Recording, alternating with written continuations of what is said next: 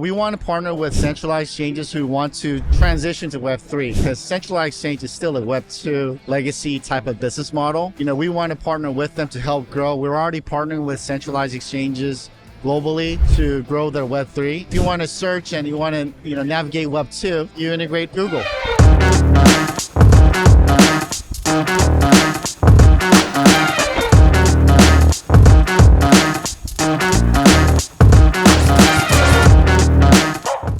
Welcome back, guys. This is one of our last interviews of the day, isn't it, Tommy? It's been a... You had your choice. We'd already be done, mate, but I'm pushing through. We got to keep going. Absolutely. And we've got a special guest here. We've got Sam, Chief Business Development Officer at 1inch. Sam, thank you for joining us. Hey, thanks for having me. I'm very excited to be here. Melbourne and Australia, it's a beautiful country. It's the first time I've been here, and so, it's been a very hospitable, and I love the people here. Yeah. Feels a little bit like Southern California. That's where I'm from originally. Yeah. Weather, the landscape. So I feel like I'm at home. And Sam, you just mentioned before that you've made the trip here from Korea. So why does 1inch feel the Australian need to have a presence in the Australian market and at the Australian Crypto Convention? I cover globally, but our focus and growth is in the Asia Pacific Australia region. Okay. We see that as the largest growth area. And my understanding, doing some investigation here, Australian market, is larger than the UK. Mm-hmm. And so, this is an area, a new market for us that hasn't really been tapped. And I think there's a lot of potential for growth. It's primarily a centralized exchange market. Yep. Then we want to be the bridge to DeFi and Web3, really, right? So we're here to explore and see how we can grow in Australia. Yeah. And can you give us a bit of background as to what 1inch is, how you guys came about? Maybe tell us how the name 1inch came about. Sure. So the 1inch network has a lot of products, so we have, we're primarily known for our swaps, DEX aggregator. So to simplify what a swap is really nothing more than a peer-to-peer trade between decentralized parties. Mm-hmm. And so we also have like the 1inch wallet, self-custody wallet. Mm-hmm. We have a hardware wallet. We have products called Dev Portal. And we're growing a lot of these products, sort of like how Google has different product lines, Google Calendar, Google Voice, Gmail, to search. We have those types of products. Google also had a phone before, right? That they had a hardware. So we have a hardware product as well. But for the audience to really have to oversimplify what we do, think of, this is an oversimplification, so it's not completely accurate, but think of us as a search engine for the blockchain. And so we, like Google, have our own proprietary algorithm, and that allows users to search on the blockchain for token swaps, right? And we, like Google, we have 70% of the market. So we are the dominant player. Our competitors, they have like maybe 8%, 6%, but we have our own proprietary algorithm that allows you to get the best prices and stuff like that. So that is the search engine part of Web3. The wallet, what I've been describing to others is, the wallet is the browser of Web3. And so how Chrome, you need Chrome to search for addresses, a platform. You need a search engine to go around, to search and navigate the internet, the Web2 space. We provide that solution for Web3. And so, think of it this way. You have an app, right? And you have an iPhone app, the iOS, right? You do that. You have the bank app, HSBC, or, you want a chat app. In the future in Web3, the wallet will do that. So the wallet will have chat apps so that, if you're in my chat group, I can send you tokens directly as a gift, chat at the same time. If you want to get a loan, right? You go on maybe the Aave app, right, DApp, and then get a loan. So that's the feature that we see that we're helping to build. That's awesome. You mentioned some of your competitors. Who would be, like, I'm very familiar with 1inch itself. It's a household and more prevalent name within some centralized exchanges already. So you guys have kind of some key partnerships that you have done globally.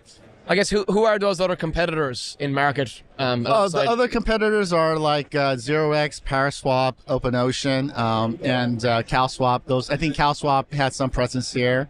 But Uniswap? Is Uniswap as well? Uniswap is actually not our competitor. Right. So think of it this way. Uniswap is a decentralized exchange, what they call a DEX. And what we're called is a DEX aggregator. All right. And so there's Uniswap, there's PancakeSwap, SushiSwap, right? And so all those DEXs have different prices.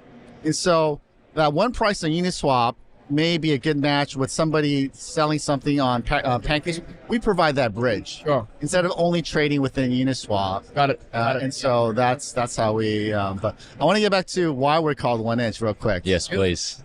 Please do. Going back to the definition, of who we are, we're the aggregator of the DEXs, right? 1inch is actually named after Bruce Lee's 1-inch punch. So you know Bruce Lee, right? Yeah. So Bruce Lee is known for his 1-inch the punch, 1-inch where punch. you hit somebody and then the person falls back, right? And so it represents us as 1inch. We're fast, powerful, and efficient. And so our co-founders are big fans of Bruce Lee's, and I am as well. And I think that really represents who we are, and we want to let people know that is why we're called 1inch. That's a really Love cool that. origin story. I love that. Yeah, absolutely. Now, you guys launched in the last market, or the last cycle, should I say. How has your approach changed leading into the next cycle in 2023 with a more competitive landscape? Sorry, I missed your first part, what you said. Yeah, so you launched in the last cycle. Launched. 1inch launched.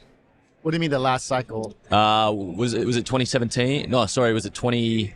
We actually, so the history, we were actually born out of a hackathon in May 2019. Yep. Yeah. So that's when we came. And then, back then there was no DEX aggregator. We're the godfather of DEX aggregators. So that's how we started off. And then we've grown. I think the product is really good. That's why people use it. They trust us. And then we provide the best prices. We're providing alternatives to centralized exchanges, right? From a technological perspective, right? The centralized exchanges represent one technology, but as technology goes where, you could do swaps on a trustless self-custody, we think that's a natural progression of technology and use of products, right? Given the recent hacks on centralized exchanges, that centralized exchanges can actually hold customer funds and do something nefarious with it. Yesterday was a huge hack on one of the major centralized exchanges, and with that we saw the problem of that risk. And with the self-custody wallet that we have, the swap, using to do that, and that's the natural progression in technology cycle. Yeah. So the main differences there would be you're creating an on-chain swap, right? So the user will have to pay like a gas fee or whatever it is, versus in a centralized exchange where they can swap tokens in and out, but they still have that counterparty risk. Yes, so there's a counterparty risk in centralized exchanges, and we also provide the same experience as a centralized exchange, both with gas and without gas. Yeah. So, one of our biggest push that we want to get the consumers to use is called Fusion. So it is we call it Fusion mode. It's your ability to swap without paying gas fees. So that's more similar to what somebody does in a centralized exchange. But what's benefit to the user, because we care about the users, there's no fees, right? Like centralized exchange, they take a percentage cut, but there's no fees for us. And so we think, we want to help grow. We want to give value to the users out there, and then, come to the decentralized finance world. How do you guys make money? This is a question that I always like to ask businesses. Yes. At the end of the day, we need to make some money along the way to be able to grow our ecosystem and build our businesses. Yes. What are your key areas of revenue? So we have a B2B business. That's our primary driver of B2B business. So, a lot of our users, our partners purchase our API. And so it's a SaaS model where the businesses who have the money, they want to use our technology for their platform. And then we sell that. And also the market makers out there who want to use our platform. So we provide that. That's gonna sorry, Ted. That's gonna bridge nicely into another question that I had. Yep. You guys are making a bit of a play for the Australian market. It's great to see really strong brands like 1inch down here. Is that B2B model something that you guys are going to be looking to sell and push down in the Aussie market, going to some of your big centralized exchanges that exist in market today and helping support the growth of their ecosystem? Oh, yes, definitely. We think, we want to partner with centralized exchanges who want to, partner with us to transition to Web3, because centralized exchange is still a Web2 legacy type of business model, right? And, we want to partner with them to help grow. We're already partnering with centralized exchanges globally to grow their Web3. And it's like, if you want to search and you want to, navigate Web2, you integrate Google, right? How can you navigate without that tool? We already have that tool for them. It's test and proven. We have the dominant market share. And so, businesses need to adopt to new technology. If you don't adopt, then you'll be a legacy, and then, you'll have what they call the Kodak moment, where Kodak failed to transition to digital cameras, right? And so we want to make sure that we're there to provide the solutions for Web2 centralized exchange companies. Yep.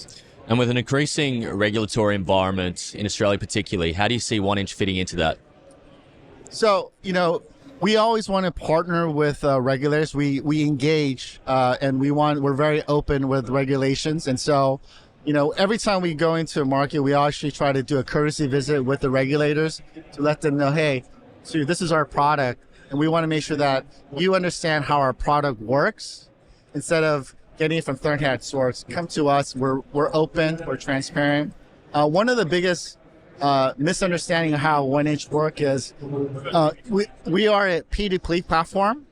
Any of the swaps do not go through 1inch.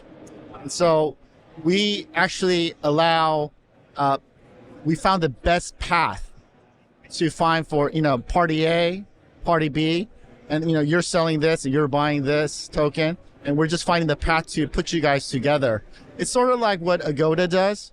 Agoda, they find the best prices and they match the user, right? Mm-hmm. The transaction probably goes through Agoda, but the transactions do not go through us. It's truly a peer-to-peer network. I guess aggregator being the key point there. Yeah. You guys are not providing that directly off your market. You're just aggregating all those markets together, which is very useful. The common thing I tell regulators is, think of it as Google. Sam, if I search on Google, I find Nike Melbourne, right? And then I go on, I find Nike, Google matches us, and then I purchase something from Nike, right? Google is not the intermediary, right? No, the payment does not go through Google unless you're going using Google Pay, sure, right? And so it's a peer-to-peer matching system. And that's how we work. Cool. Awesome. Well, thank you so much, Sam, for joining us on the couch. Yeah. Really insightful, and thank you for taking the trip down to Australia to, educate the everyday Aussie on 1inch and what you guys are working on. So we really appreciate your time. Hey, thank you for having me. It was a pleasure. Thank you. Thank you. Thanks, Sam. Cheers. Okay. Cheers.